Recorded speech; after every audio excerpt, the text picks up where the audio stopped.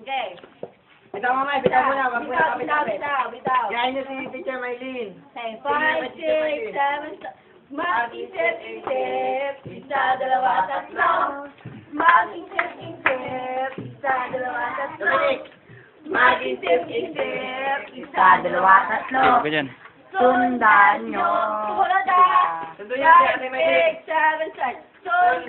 Sundan nyo ako. Yes. Yo, ako. Yes. Sundan nyo. Ikaw naman dito. Nani. Okay. Isa, dalawa, tatlo. Ate Nani. Mag-isip. Tingin kayo na Ate Nani. Isa, dalawa, Tingin tatlo. kayo dito. Mag-isip-isip, isa, dalawa, tatlo. Sundan nyo. Okay, palot, nani. Ito nga, Ate Nani. Ikot. Ikot tayo, ikot. Ikot tayo. Okay. Ako, baka may malaglag, ha? Sundan nyo. Ikaw naman dito. Aki. Okay, ano na kayo? Ito yung mga bata. Uy, bakit? Mag-isip-isip. Okay, again. Game. Okay, 5, 6, 7, start. Mag-isip-isip, isa, dalawa, tatlo. Lahat, sayaw. Isa, dalawa, tatlo. Mag-isip-isip, isa, dalawa, tatlo.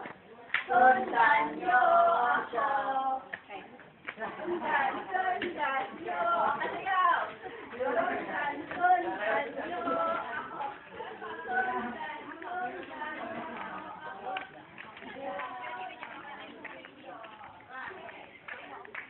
May I have your attention, please?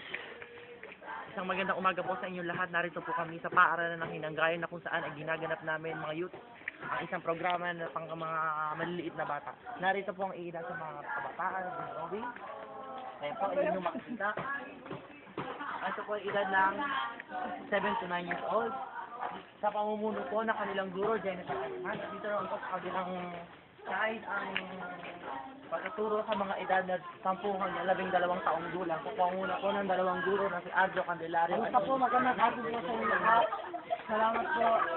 Tayo po ay dadako sa unahan ng paaralan ng sinatawag na stage. Dito po ay inyong makikita ang paglalaro ng mga kabataan dito.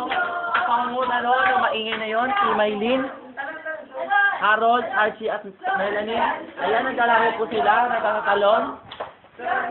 Ayan, nakikita niyo po ang kasaya sa lugar na ito. Kaya, pansamantala po natin pagpatuloy ito para sa susunod na programa. Inis po na kanilang pagkain. Yun lang po at maraming salamat. Magandang umaga.